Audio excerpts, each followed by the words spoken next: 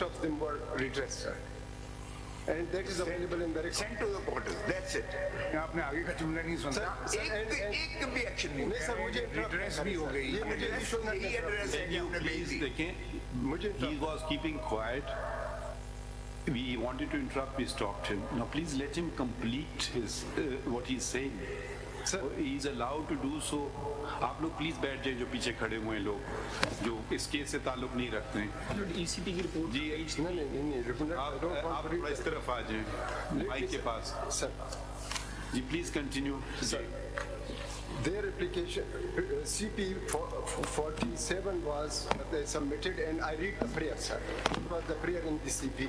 It will resolve the whole issue as to whether any contempt has been committed by the CP or नहीं है। वो contempt की तो बात अलग है ना। जो आप 33 complaints आपको मिली हैं, वो आप कहते हैं redress हो गई, वो ये नहीं मानने को तैयार है। वो कहते हैं redress। they can do redress thing where they should give it in writing. We have given it in writing that we sent it, and hey, sir, again, if their grievance was not redressed, whether they have to come back to this honorable court or they have come to the ECP, they know very well that the साहब इसका कोई mechanism आपके पास खुद भी evolve करना चाहिए था ना कि अब 33 आपने भेजी, वो कहते हैं हमने जवाब दे दिया कि ये redress करा दी हमने। अगर आपको कोई और इस पे शिकायत थी तो आप दोबारा भी कह सकते थे। यही चीज आपकी उस मीटिंग में तय हुई होगी ना, जो 3 बजे आपकी मीटिंग हुई थी, कोई आपने उसके मिनट्स है सर। हाँ, तो उसके वो मिनट्स के अंदर कुछ किया होगा ना आपने, मैकेनिज्म कोई मॉडलिटीज तय की होंगी कि किस तरीके से शिकायत को हल करना है। एग्जैक्टली सर, कुछ नहीं किया इन्होंने, सिर्फ ट्रांसमिट कर। यही मेरा पहले दिन से भी मौक़िफ़ था। ये कॉस्मेटिक किस्म की ट्रांसमिशन इज दैट। मिनट्स कहाँ लगे हुए आपकी मीटिंग के? Minutes are on page 4 of the initial report, sir. The compliance report submitted on 26 and I read, sir, mechanism has been provided, sir.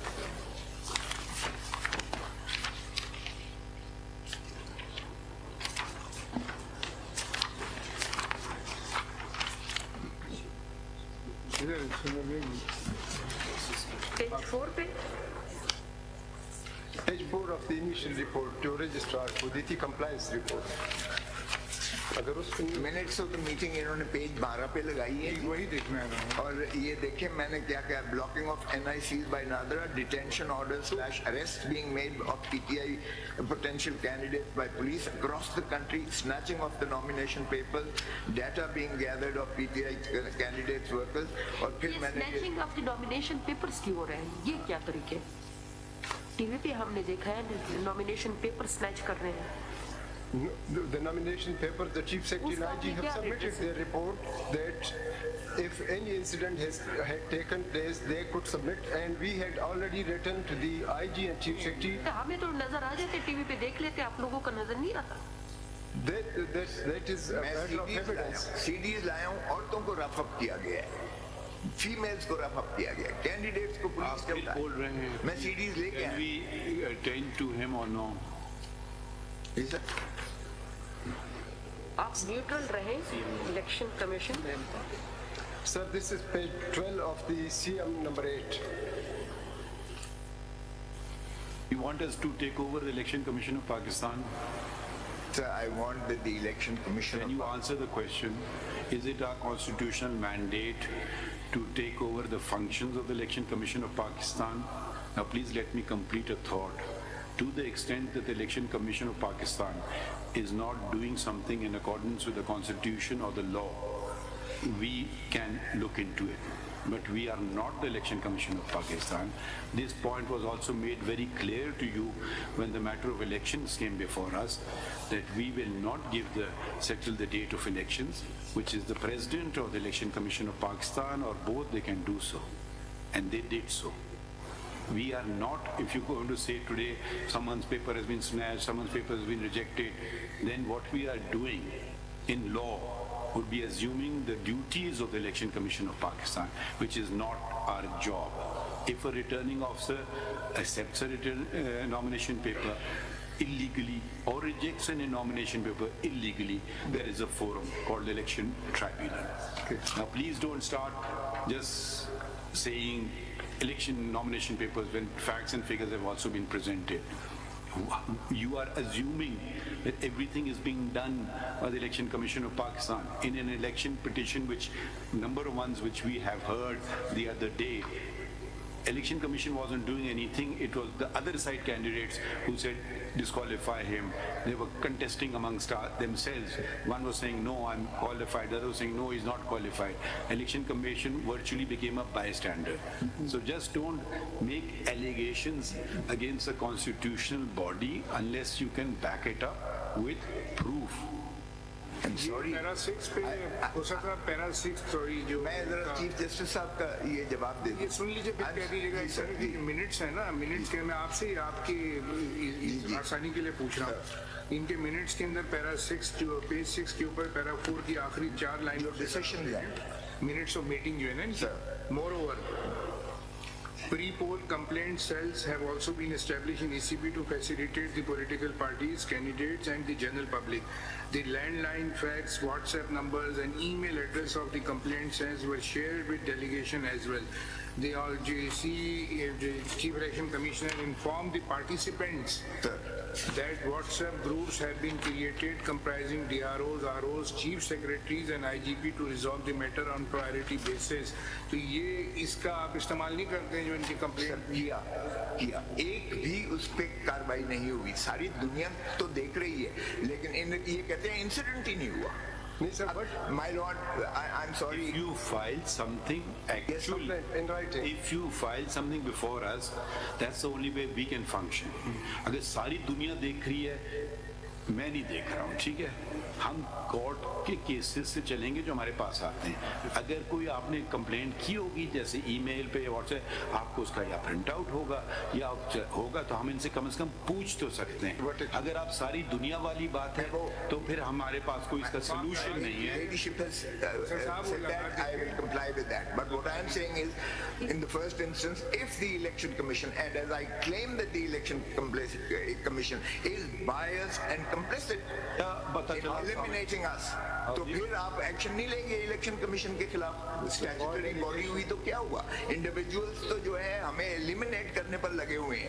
उन्होंने खान साहब को पहले जो है कंटेम्प्ट नोटिस जाके जेल में दिया है, कंटेम्प्ट नोटिस, और फिर उन्होंने उनको डिस्क्वालीफाई किया. You are playing to the galleries. No, I'm not. Yes, you are. There is no petition about Mr. Imran Khan before us. Yes, because level playing field. नहीं तो आप जब जाएंगे आप देख लेंगे. हम कोई अपना व्यू पहले से नहीं देते. Level playing field by the PTI. Maybe you used to cases being decided without any facts. If you bring something before us, we'll issue notice, we'll proceed with it, we'll decide. ठीक है, मैं उनको भी बस please let us talk to Mr. Shariq. नहीं जो ये आपने कंप्लेंट्स की हैं उनका बताइए. माय लॉर्ड देखिए लिख के दे दें. कल मेन रेट पिटीशन लगी हुई है पेशावर हाई कोर्ट में. आज की हमारी रिक्वेस्ट है 1:30 बजे 2 बजे 4 बजे एनी टाइम हमें शॉर्ट कैश पॉसिबल. ऐसा दिन चुना है जो कि सबसे मुश्किल है. आज आपको पता है वो हमने फुल को आज 9 मेंबर बेंच है, उसके बाद स्पेशल बेंच है.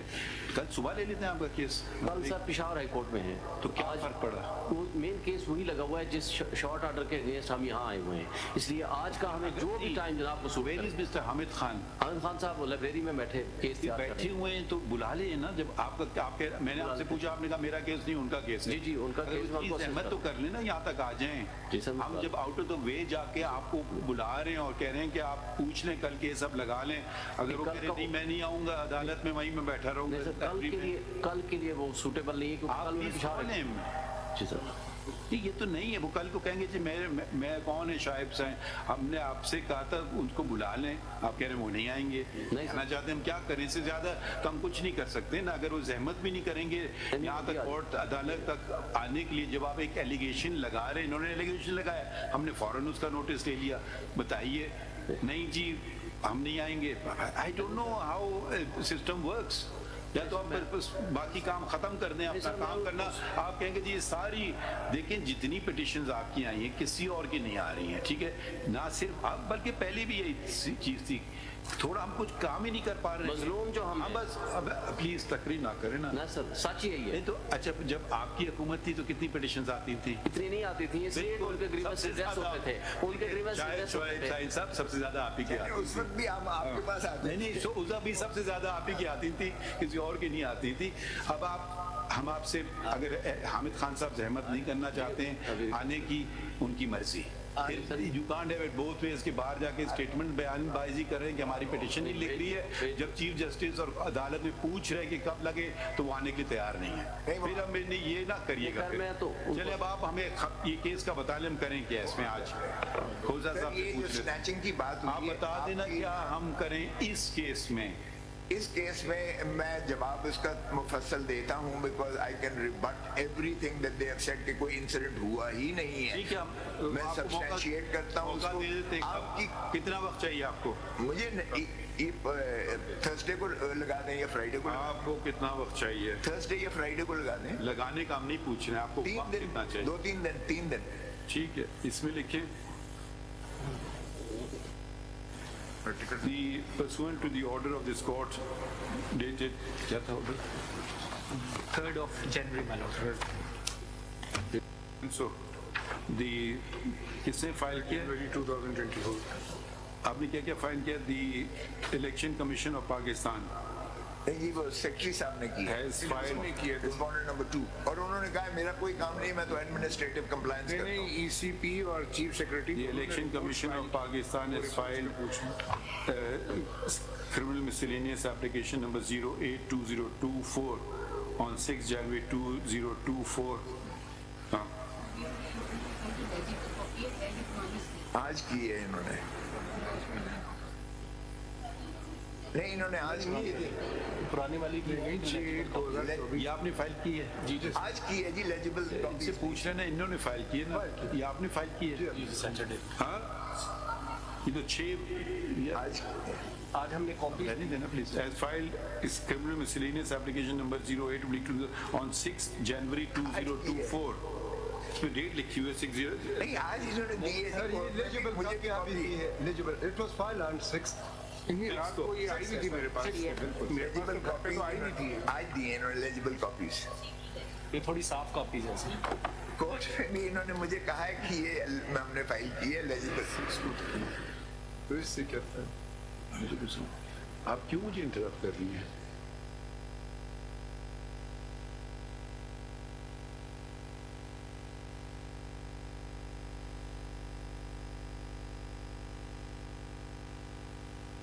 January 2024 and और किसने रिपोर्ट की? Chief secretary Punjab. My lord, this is CMA number. As filed criminal miscellaneous 10 of 2024 also on 6 January 2024.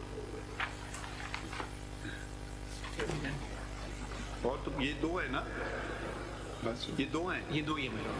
Full stop. नहीं, उसमें लिखते हैं इलेक्शन कमीशन ऑफ पाकिस्तान की comprising of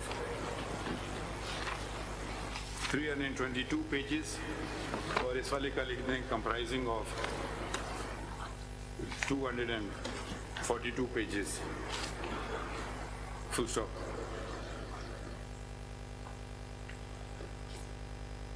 We inquired from the learned counsel whether there was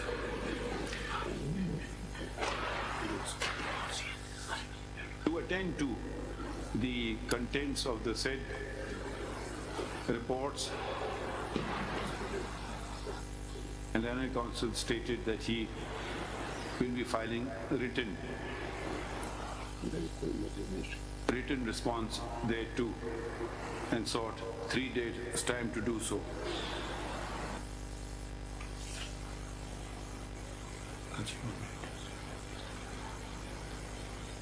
Monday को कर दें। Full stop. The response that is filed, 3 days time is granted to do the needful, whereupon the Election Commission and the Chief Secretary, in case they do not, may consider the same,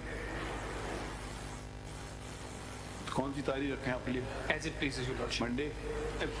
3 दिन तो इनको देना जी, my है। lord, advance copy हमें दे दें, so I can file the rejoinder if need be, my lord. यही तो हमने लिखा है, अटेंड टू इट। अब आप करें या ना करें आपकी मर्जी है। My lord. तो थर्सडे या फ्राइडे को करना है, थर्सडे या फ्राइडे सर, अगर कन्वीनियंट हो जाए आपको। 3 दिन तो हो गए ना, ट्यूसडे वेडनेसडे थर्सडे, तो थर्सडे को इनको मिलेगी, फिर इनके बाद एक वर्किंग डे है जुमा, और हफ्ते को भी काम करेंगे तो फिर रिस्पॉन्स देंगे इसके बाद। 3 दिन तो की- आप मैं 2 दिन मंडे आप लिए ठीक है? Monday. adjourn टू मंडे की तारीख दे दें मंडे की। सब मीनवाइल हमें टिकट देने दें और कैंपेन Lord, करने ये दें। सारी political statements इस case के through they are आप trying नहीं to कर milk रहे the political capital, my lord. मुझे चलिए, शौक आप है। You don't have to respond to everything, इनका जवाब आने दें, देख लेते हैं। अब पता नहीं हमें क्या इसमें लिखा है, इतनी आपने लंबी चौड़ी डॉक्यूमेंट्स फाइल कर दी हैं। नहीं करेंगे तो फिर जी अभी आए शोएब शाहीन का कोई जवाब?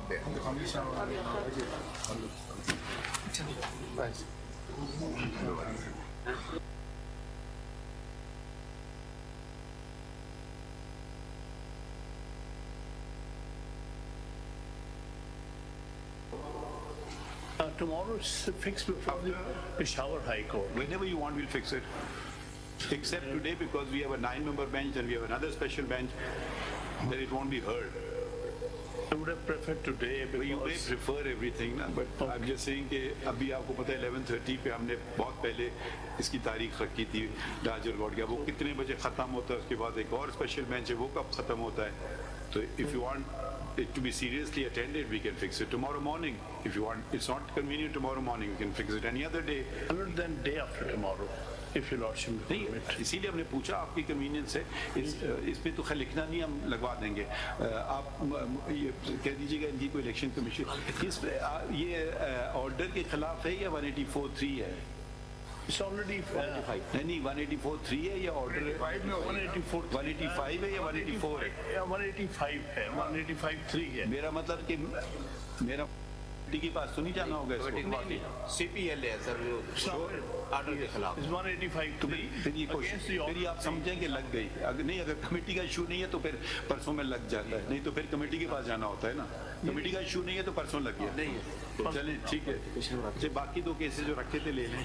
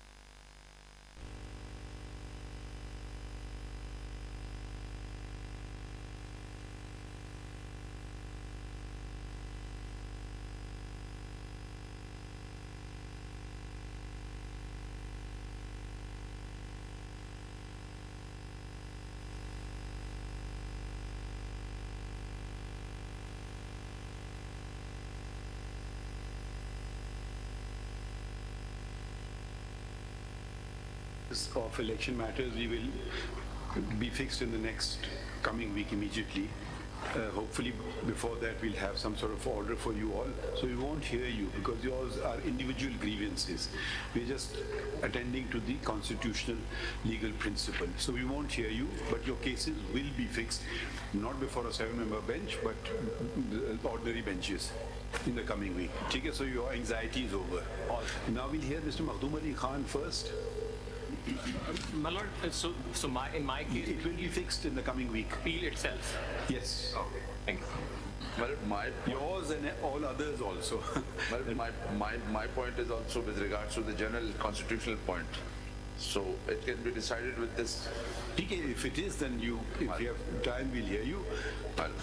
Otherwise, let the senior counsel start.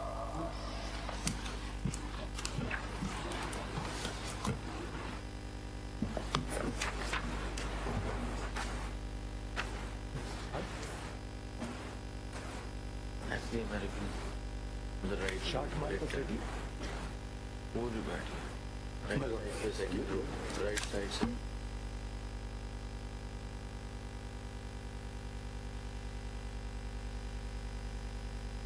Straight away proceeding with it because some preliminary groundwork was done last time when I was on my feet before your lordship. Yes. My lord, the basic issue before this honorable court is the decision of this honorable court's 5-member bench in Samiullah Baloch, which reiterates and expands upon some of the earlier decisions, and also subsequently the dilution somewhat of Samiullah Baloch and it being followed. So squarely the question before this honorable court is, and that is the basis on which disqualifications have taken place and from which appeals under 185 have arisen before your lordship. So far as the Supreme Court Bar Association case is concerned, that also called in question the correctness of Samiullah Baloch, but as I heard, my lord, the president said that the outcome of this will directly impact that, and therefore he was not pressing it, and that for all practical purposes had become infructuous. My lord, when we look at Which is your case, first of all, number? my lord, mine is CMA 6. In response to the public notice issued by this honorable court, I have filed that CMA, and that is before your lordship. Ji. My lord, when we look at Samiullah Baloch, and your lordship looked at some parts of it yesterday, Samiullah Baloch makes a complete disconnect between Article 62 and 63 of the Constitution. It observes that these are two different sets and two different considerations prevail, and therefore the interpretation of or the language of Article 63 would not be allowed to inform the language of Article 62 of the Constitution. Now, having said that, what is the kind of declaration that this honorable court envisages under Article 62 1F?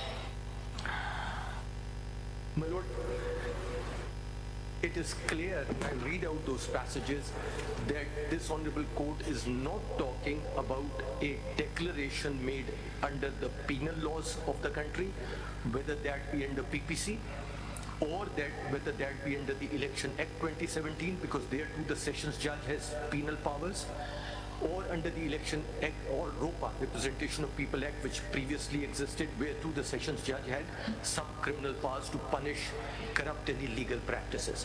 Because their lordships put them all virtually, without always identifying them, in a separate category. There they say that the person has paid his debt to society and virtually, therefore, he's back in the fold. The declaration envisaged by this honorable court under 62(1)(f, it was read out to your lordship yesterday, and may I draw your lordship's attention, Samiullah Baloch, my lord, is in this volume 1A filed by me. It is on tab 7.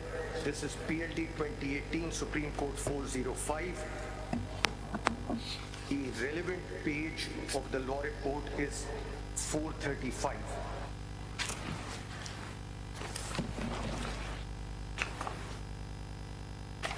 Volume 1 or 1A? My lord, 1A, my lord. Serial number? My lord, tab number 7.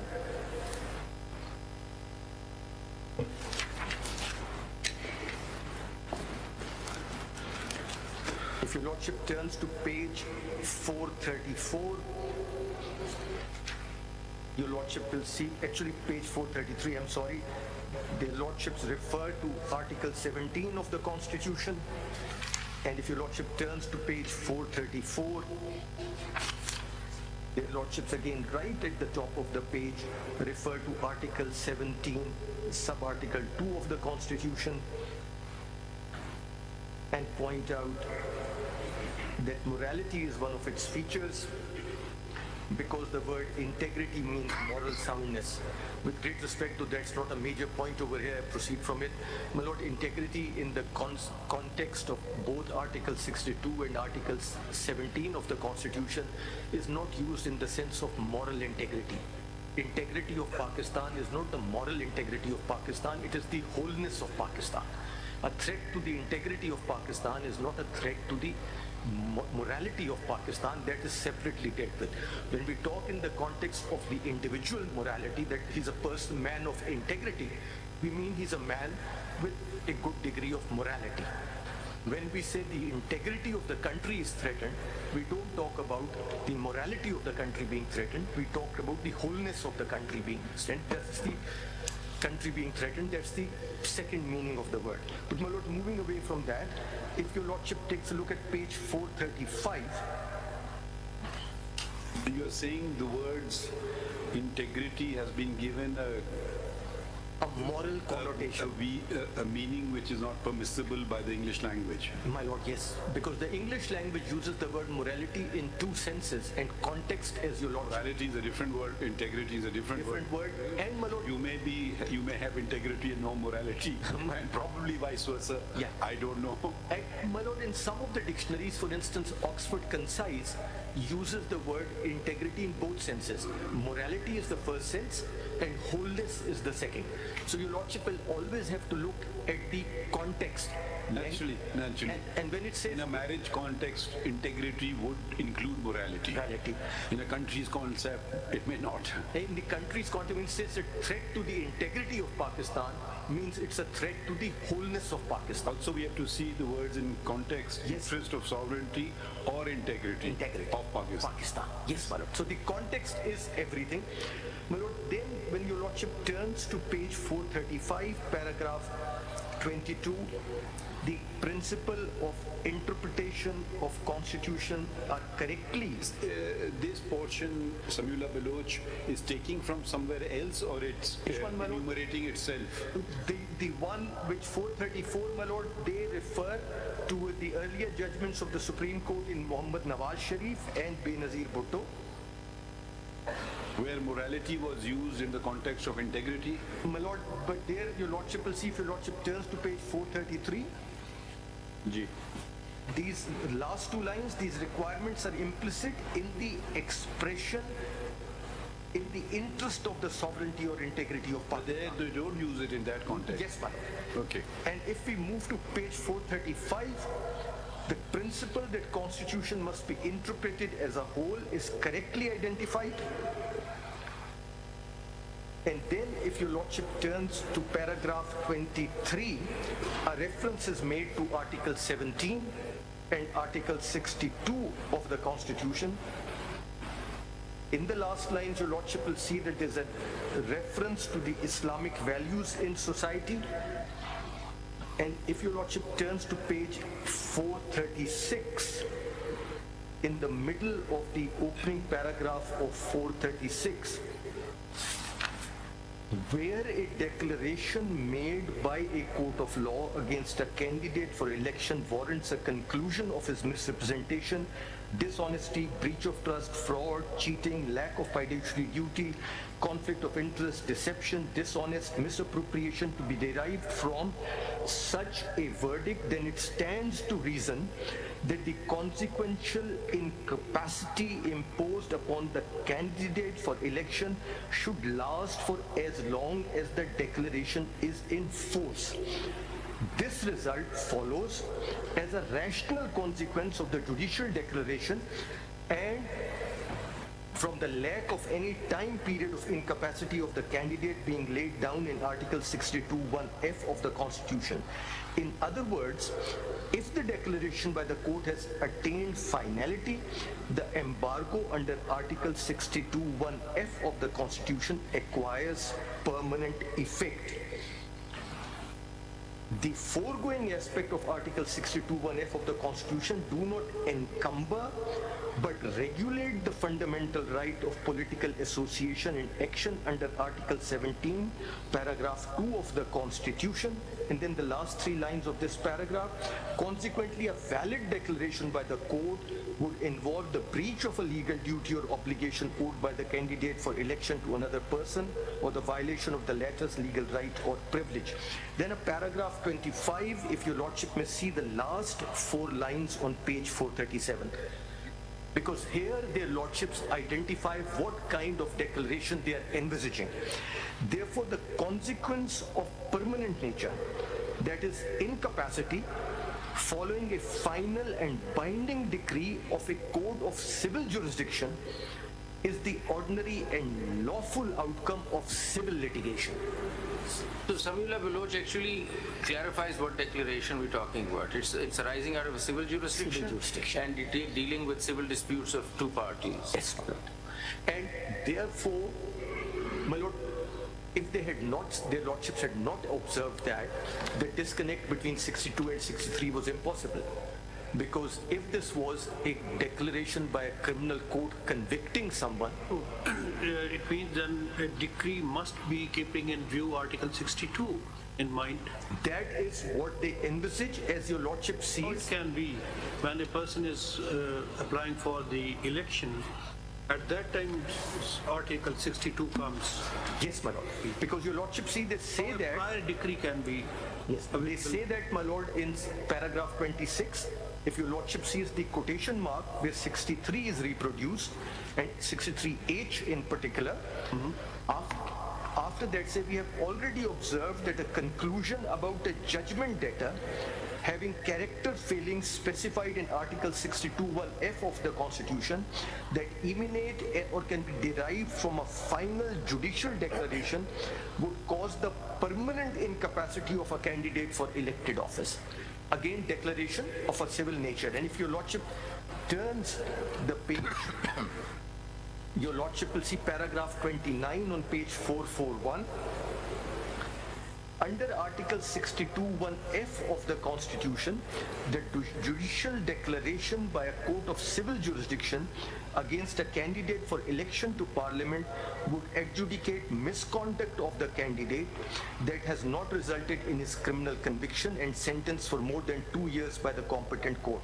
Accordingly, we now consider the argument that a civil law declaration involving personal flaws mentioned in Article 62(1)(f) of the Constitution should not carry ineligibility for contesting election that is longer in duration to the disability provided in Article 63(1)(h) of the Constitution. Then they mention 63(1)(h) of the Constitution, my lord, from paragraphs 30 to virtually paragraph 32. Their lordship cite the previous case law from paragraph 33 to 35, and on page 444. So Mr. Makhdoom, one thing that we could actually rely on Samiullah Baloch is to clear ourselves as to what declarations we're talking about. So declaration arising out of civil jurisdiction, which is an outcome of civil litigation. So several other declarations which are not arising from civil litigation or civil jurisdiction are out of the picture. Yes, madam. So ek to wo limit ho gaya na. So one benefit that one could probably draw from Samiullah Baloch is that the nature of that declaration is quite obvious. The second question would be, of course, the duration, but this is quite clear. And my lord, that immediately leads to 2 submissions. Your lordship, in my research, I have not been able to find out, but your lordships may be aware better than me that I could not find a case from any common law jurisdiction where, as a result of a civil liability and a decree of a civil court, a citizen is denied the right to exercise or the protection of a fundamental right guaranteed by the Constitution for the rest of his life. Criminally, in criminal law, it may happen. About a banking case. My lord. How about a banking case? My lord, yes. The banking case, he's declared my lord, yes. debtor. Now, the question is, the law says that if you're a debtor, till you are a debtor, your disability is there till you clear the debt Correct, my lord. Your lordship is absolutely right, and that is why your lordship will find that insofar as that is concerned, that is reflected in Article 63 of the Constitution. And Article 63 talks about, one, the debt having been outstanding for a particular period of time, and till such time that it is paid. The moment that debt is paid, debt is removed. I was talking of a situation where a civil liability results in a person being deprived of his right forever. Because in this case, my lord, in the case of a debt, as your lordship has rightly identified, or utility bills not being paid, the moment they are paid, the debt is met, the person is eligible. In this case, what does he need? In this case also, they say that till that decision is there, you remove that decision, you challenge that decision, set aside that decision, and your disability goes with it. My lord, their lordships say that determination taking place from a court of final determination. Let us say that, first of all, my lord, which court is capable of granting a declaration under the civil laws of the country, whether it be a Section 42 court or a Section 9 court or even an Article 199 declaration that a person is sagacious, mean, righteous, non-profligate. Because your lordships generally grant declarations about a legal title or a legal character. There is no civil court in this country which can grant that. My lord, now let's turn to the election laws. The civil code under the election law. One question, Mr. My lord. The two questions rather. One is that whether the civil court has the jurisdiction to grant negative declaration, and number two, whether that court has the jurisdiction to fix the disqualification of a candidate. My lord, for a certain period of even for life, whether the court has power. My lord, my submission would be that the reason why a civil court can't do that is twofold. Number one, the civil court is unable to do that because of the language of Section 42 and Section 9 and Article 199. And the second is that such an issue, when it arises particularly in the context of an election, because the issue of qualification or disqualification will only arise in the context of an election, that jurisdiction is completely ousted by Article 225 of the Constitution and the judgments of your lordship. Your lordships have said no election will be called in question. The meaning under Article 225 of the Constitution, and your lordships have said in Javed Hashmi's case that election starts from the time the Election Commission notifies the schedule till such time that a candidate is declared, returned or elected. The decisions of the election tribunal, your lordship have said in Raza Hayat Hiraj's case, cannot be called in question even in a writ petition. Prior decree B cannot be used. My lord, suppose there is a prior decree before the start of election that cannot be used in the... My lord, the prior decree will only say whether I have paid my debt or not. Now, in that case, as my lord, Mr. Justice Yahya Afridi identified, there will be a disqualification attracted under Article 63 of the Constitution. No declaration under Article 62 of sagaciousness or righteousness. My lord, which, your lordships with your vast experience in civil law, which civil court, when passing a decree, even in a banking suit, and says this money is outstanding, then goes on further to declare that this person has ceased to be sagacious, righteous, so that's the question, Mr. Can you just go back, Mr. Makhdoom? My lord. We cannot attribute redundancy to the Constitution, even though it's quite clear that there's no such declaration that can come from any court, but we have to give meaning to because we can't just throw it out. So making an effort to giving it a meaning, this paragraph is crucial in Samiullah, that the declaration they're talking about is arising out of civil jurisdiction, inter-party litigation. So, for example, there's a case where a sale deed has been struck down as being fraudulent or forged. Now, there it has been, as a consequence, we understand that that person has committed fraud because he came up with a fraudulent sale deal. That is a bit of a construction that we have to do just in order to justify this declaration given the. Having said that, all the other declarations which are coming in through original jurisdiction and the writ jurisdiction not arising from civil jurisdiction are out of the canvas, right? So let's first specify that the declaration we're talking about is inter partes arising out of civil litigation. Right. Now, in the absence of 232, we would have had to construct what is to be done.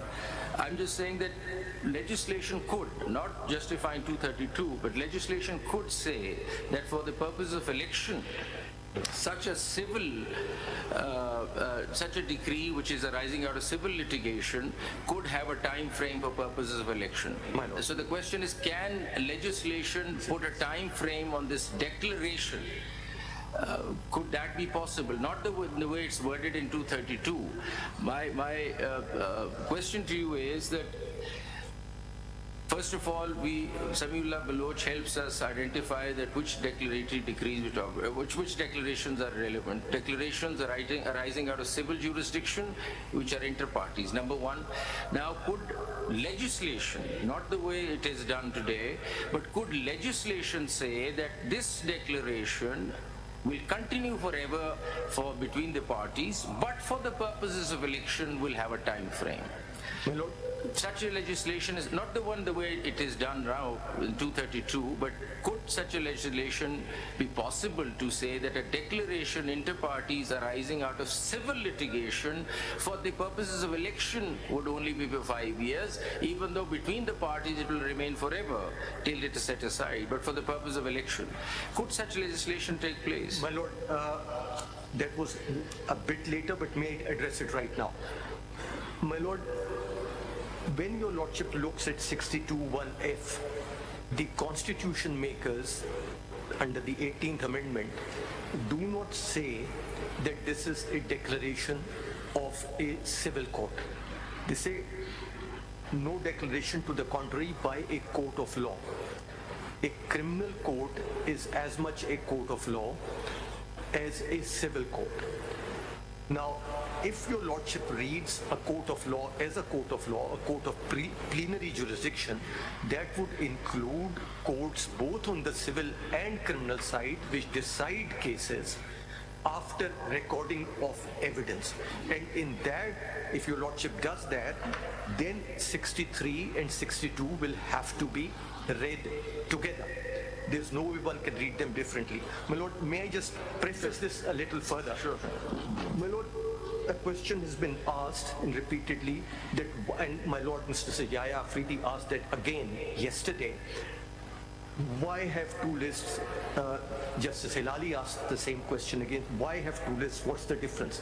My lord, the two lists made perfect sense under the original 1973 Constitution.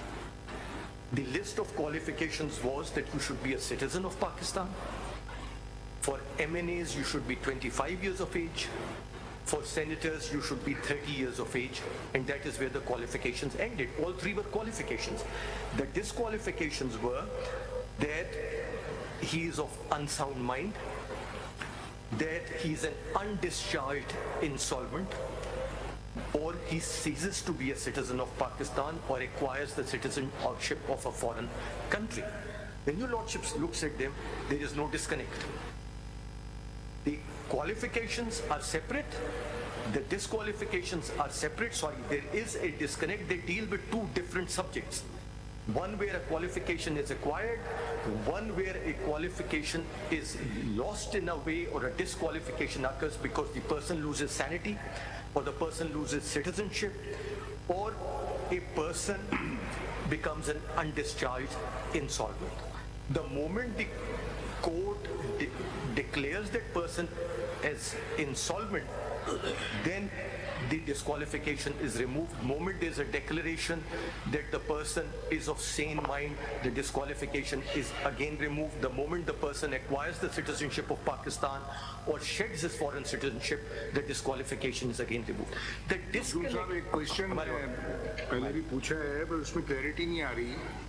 इस 62 Article 62 applies pre-election, post-election, or at any time. My lord, the way I look at it, election 63 applies at any time. Yes. 62 applies only at the time of election because he shall not be qualified to be elected or chosen as a member of Majlis-e-Shura. At the time of filing nomination. Yes, my lord. And a person files his nomination and his opposer submits some document before the returning officer that something, a decree has been passed against him, so he is not eligible to contest the election. My lord, yes. Is it your meaning? My lord, my submission... By the declaration of law, because opposer can file the application, his nomination form should not be accepted because he is not eligible to contest the election. My lord, yes. So what is the main interpretation of Article 62, whether it applies at every time, it applies before the election, or any time after election? My lord, when your lordship looks at 62 and 63 and reads them together, because that's where I was coming to, after 1985... And what is the difference between the opening language? My lord, the opening... person shall not be qualified to be elected, and if you look to 63, a person shall be disqualified from being elected. So there must be some distinction between the framers of the Constitution.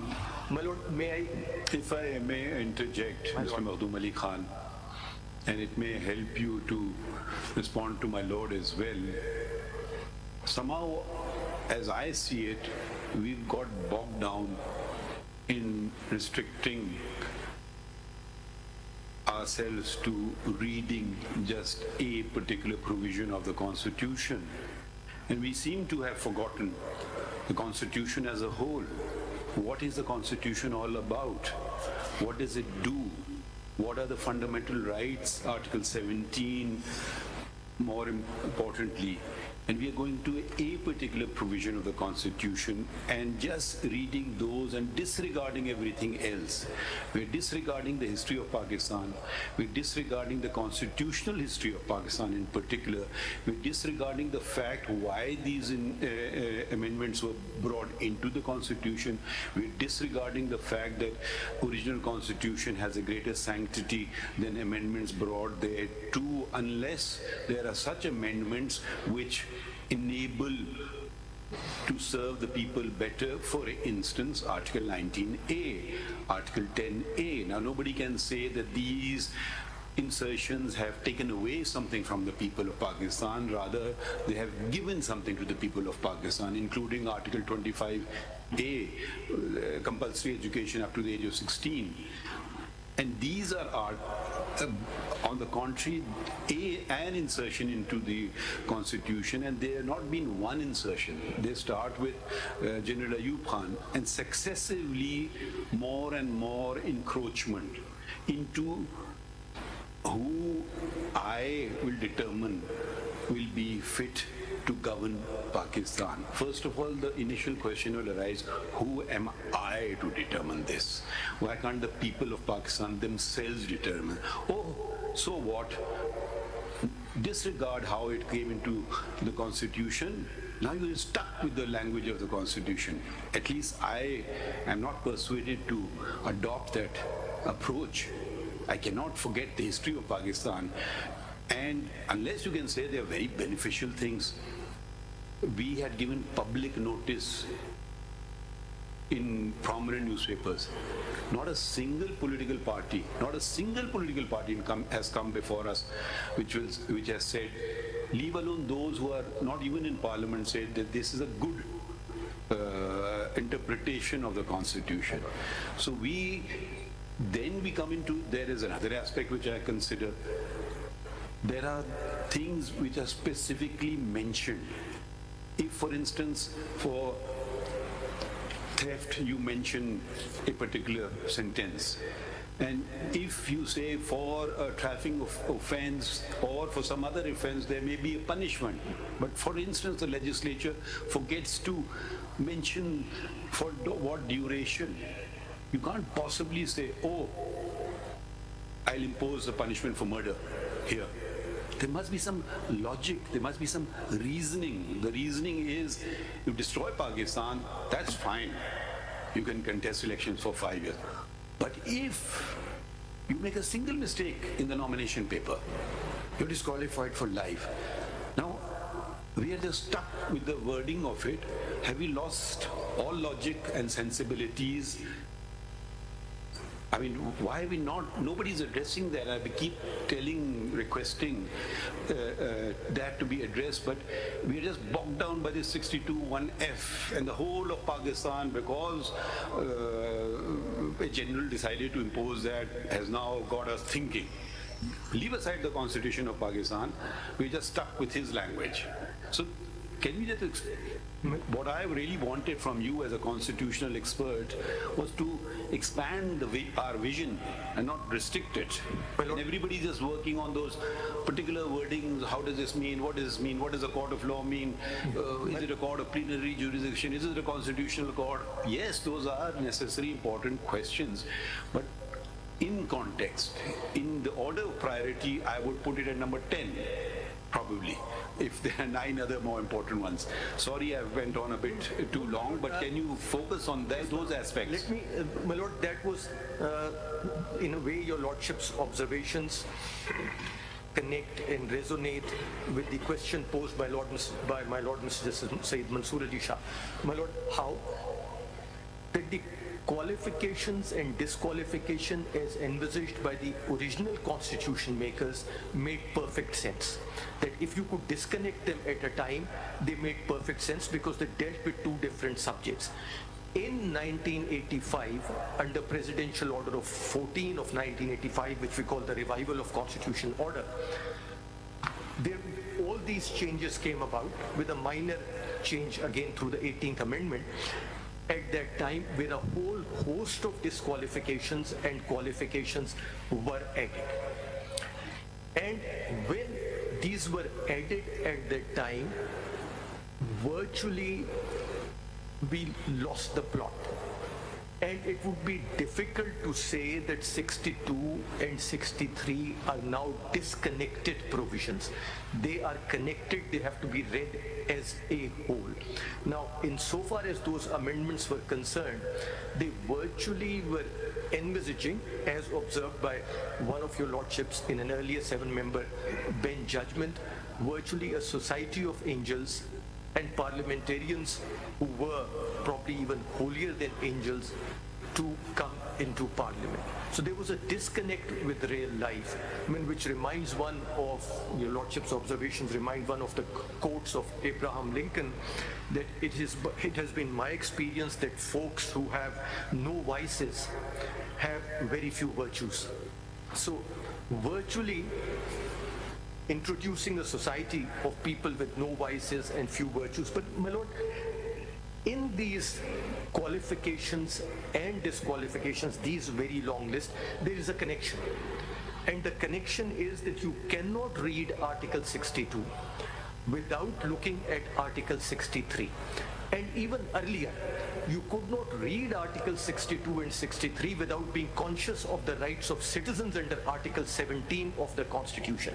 This court has always been mindful not to disenfranchise people, that the right of people to form and join political parties is there, and a person has a right to contest elections. 62 and 63 both make inroads to an extent under that fundamental right. The inroads were sensible inroads when it came to the original 1973 Constitution. That we will not allow an insane person to be a member of the parliament. That we will not allow an undischarged insolvent to be a member of parliament. We will not allow a person who is not the citizen of Pakistan or is the citizen of another country to be a member of parliament. That we require that persons should be at least 25 or 30 years of age, being National Assembly or Senate respectively, to be members of parliament. And that none of those make an inroad into Article 17 of the Constitution. So why are we interpreting it in this manner then?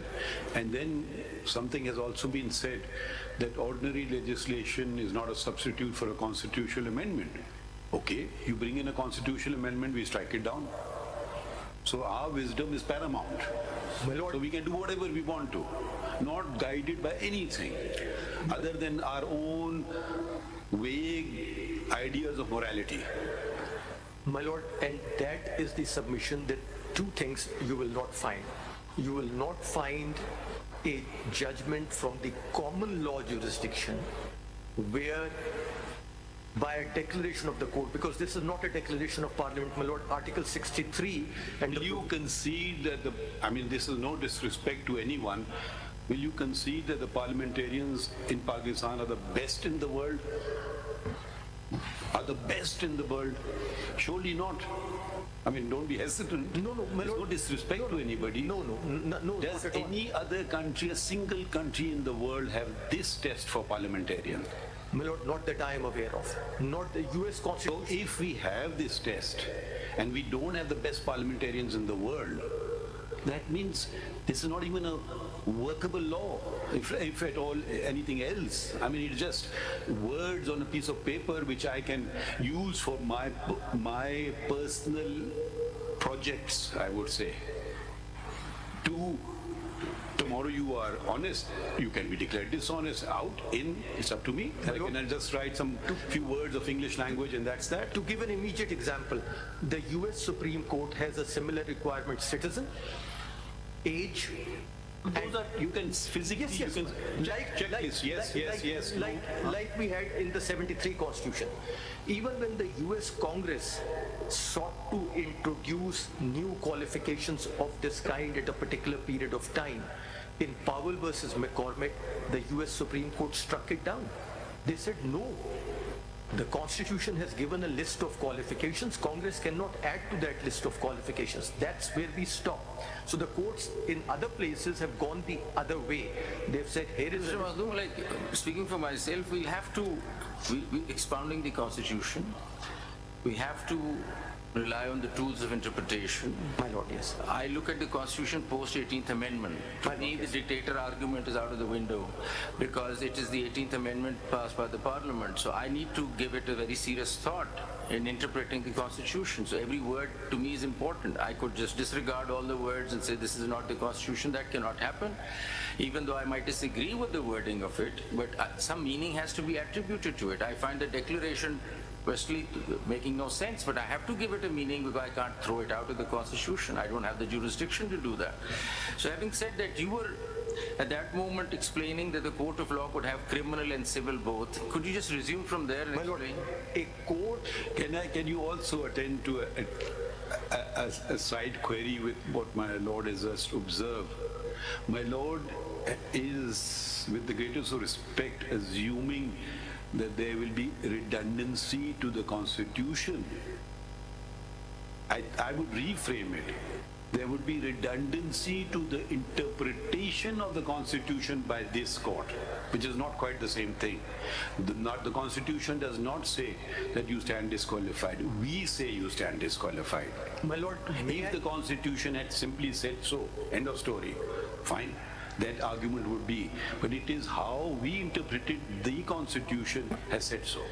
I don't know if that's a valid point or not. May I as counsel mediate a safer course for myself by saying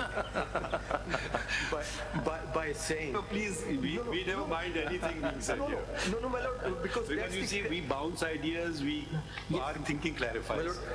Take the hard response. My lord, be as critical as you want. My lord, the safer course which I suggest for myself is that when your lordship looks at the Constitution, whether your lordship looks at it, my lord, as my lord the Chief Justice is looking at it, or my lord, your lordship Sayyid Mansoor Ali Shah Sahab is looking at it, there is no redundancy.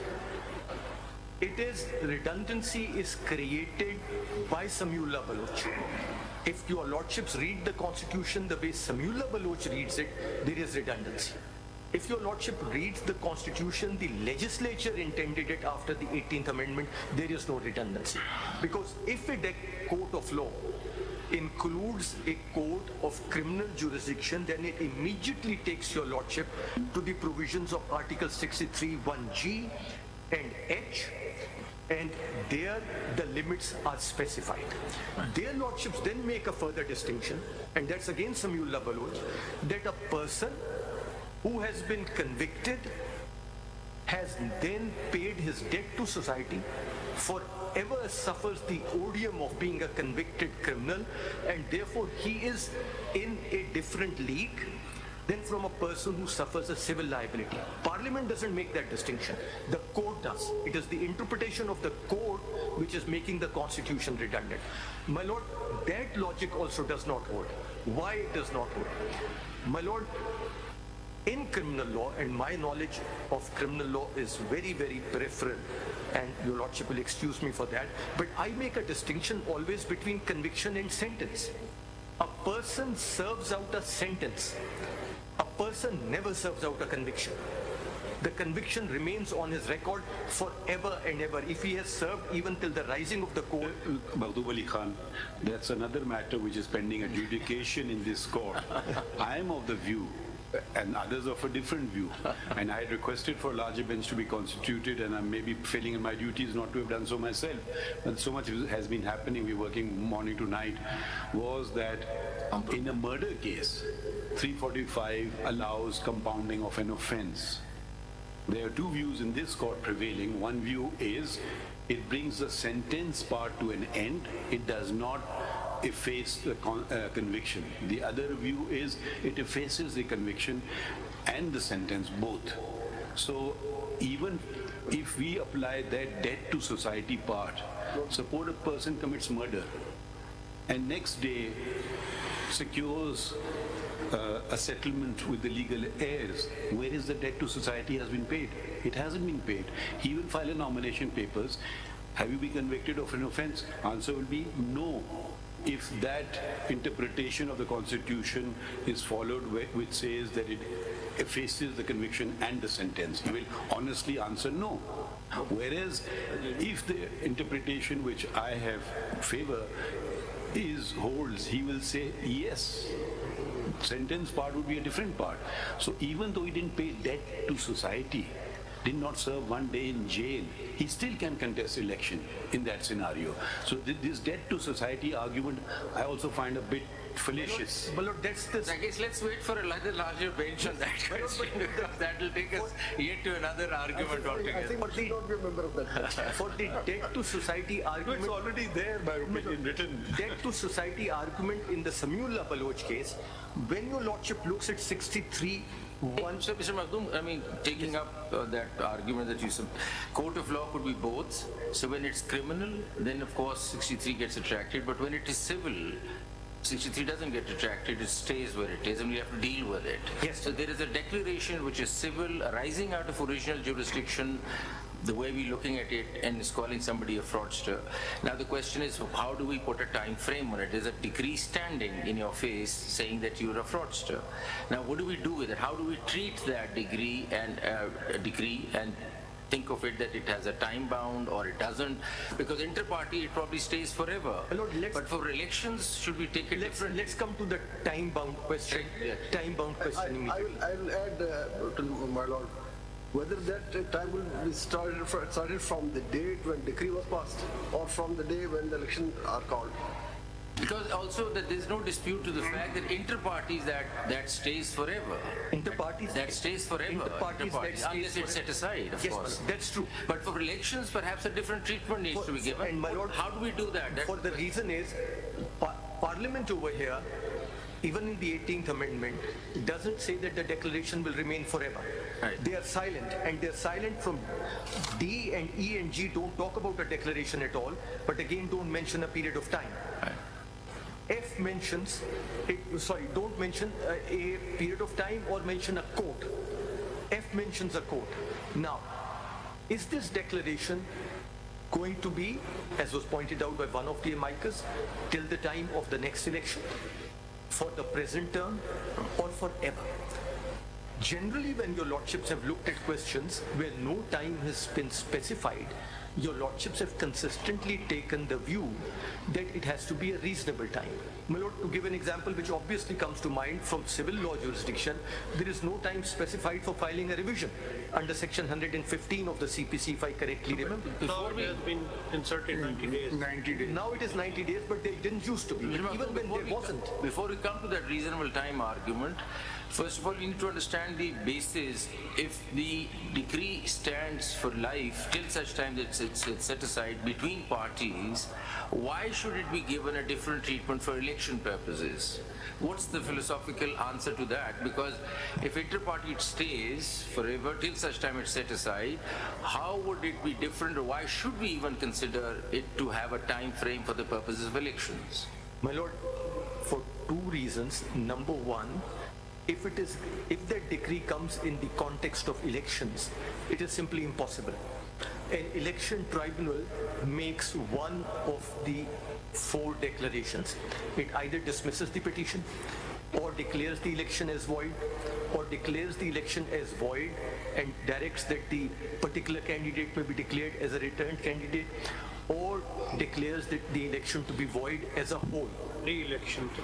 That used to be the situation under ROPA. That is the situation even now under the Election Act. For offences under the Election Act, for corrupt practices, for illegal practices, the session judge tries them. Now some of them tried by Election Commission, some of them by the session judge, and we need not go into that question.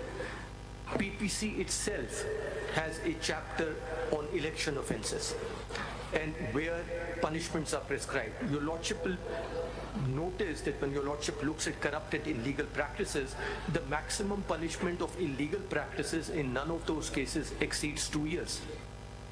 So only for a corrupt practice that it can go for a longer period. The principle of proving a corrupt practice is beyond a reasonable doubt, and therefore my respectful submission is that the court, the parliament was thinking of those kind of declarations when it talked about a declaration under 62(1)(f). This business of a civil law declaration, with great respect, has been introduced by this honorable court, introduces that a civil liability will virtually strip a citizen of his fundamental rights forever and ever. That was not something which the parliament has done, because if your lordship reads F with G and H, they make perfect sense.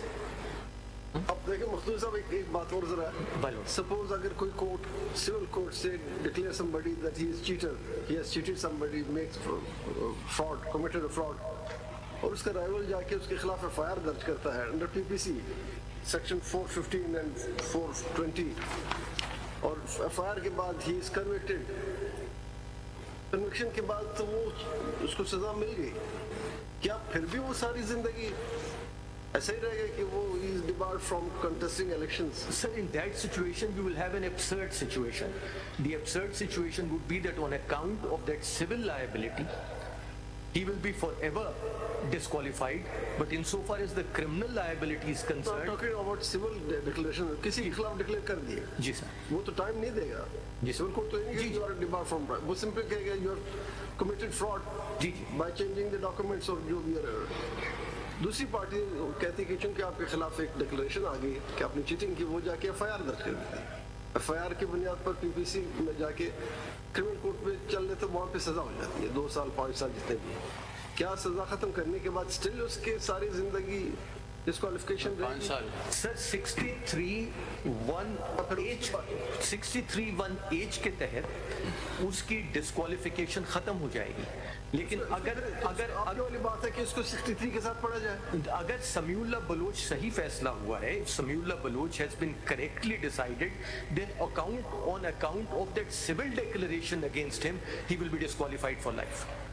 So in spite of the fact that under a criminal declaration he has paid his so-called debt to society, under the declaration made by civil law, debt to society argument कहीं constitution में है? नहीं है, नहीं है। तो देखिए वही बातें हैं, we're getting bogged down into things. When the constitution itself grants parliament the right to disqualify for periods of time, The only argument left is that since this matter falls in 62(1)(f), therefore Parliament can't do it. Where's the logic of this? I don't understand the logic of it. At the end of the day, बाकी नैब law में उन्होंने 10 साल कर दिया है, दूसरे law में ये कर दिया, फला कर दिया है, क्योंकि 62(1)(f) में नहीं है तो हम और ज्यादा कर देते हैं. मुझे I don't understand. I mean, everything must be logical. I mean, we are not philosophers determining points or fine points. What is the logic? How will you persuade? After all, this document is not for lawyers. This document is for the people of Pakistan. Please explain to the people of Pakistan why a NAB convict will get 10 years disqualification, another will get this type of disqualification. But if in your nomination paper you have a provision, and I can ask you this question and let's see if you can answer it correctly. It says how much gold you have in grams. Will you go to and weigh it at home? How much gram gold you have, you make a mistake in that, or forget to mention a ring that you're wearing or your wife is wearing, and you are disqualified for life.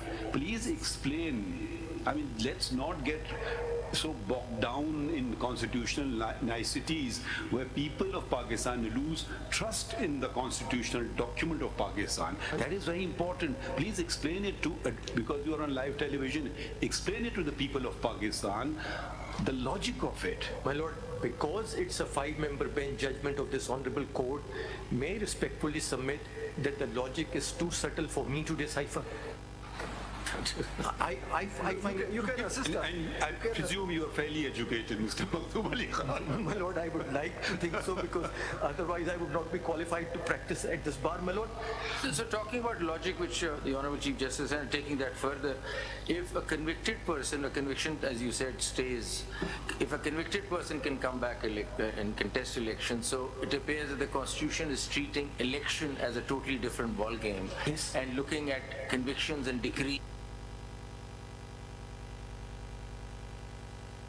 Yes, if a person who's convicted can come back, then a person with a decree can also come back. And my lord, some of it may have history behind it. Your lordship may look at AG much more than an offense of moral turpitude, right, is the offense of somebody who is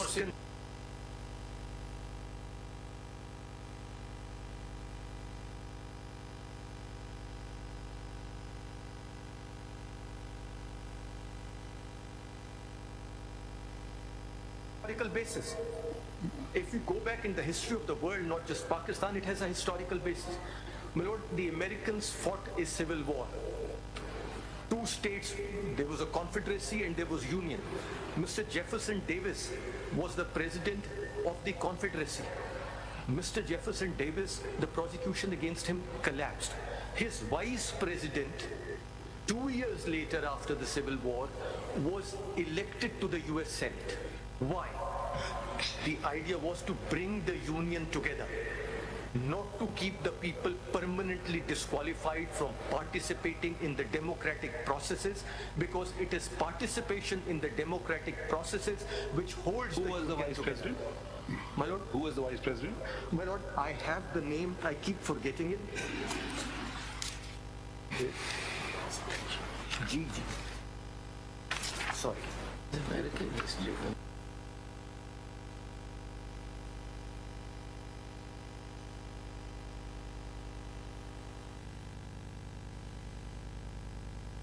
Alexander Stephens, and he returned to the Senate in January 1866, and but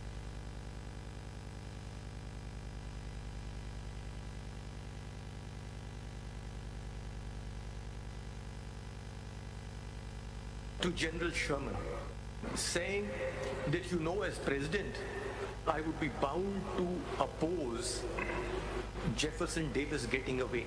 But if, unbeknownst to me, Jefferson Davis were to escape, I would not hold it against you. So he was basically saying, now that the Union has won the war, the country has come together, look the other way, let healing take place, let reconstruction take place. He's saying the Constitution talks about strengthening democracy through the process of elections. Yes. And it is saying that even convicted persons who serve their terms will come back and participate, because participation in election is perhaps a larger principle at work. People need to come back into elections because that then strengthens.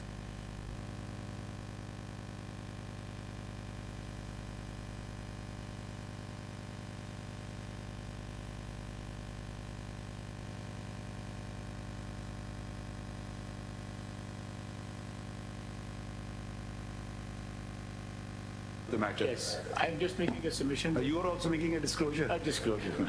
My Lord, Masood Mahmood was proceeded initially for contempt of court. Before he made his statement in this particular case as an approver, he was being proceeded for contempt of court in another case. And my father was representing him in that particular matter. I just wanted this to be brought to the notice of this honorable court. Do you have any objection to be amicus yourself? No, I don't have. I know what I have to say. Okay, same applies. Anyone has any objection? Disclosure has been made. If anyone has objection, please say so. Otherwise, we take it no one has objection. So no one is objecting to you, Khwaja Sahab. Your fairness has acknowledged. I'm grateful. जी, आज कौन आ रहा है? मखदूम साहब.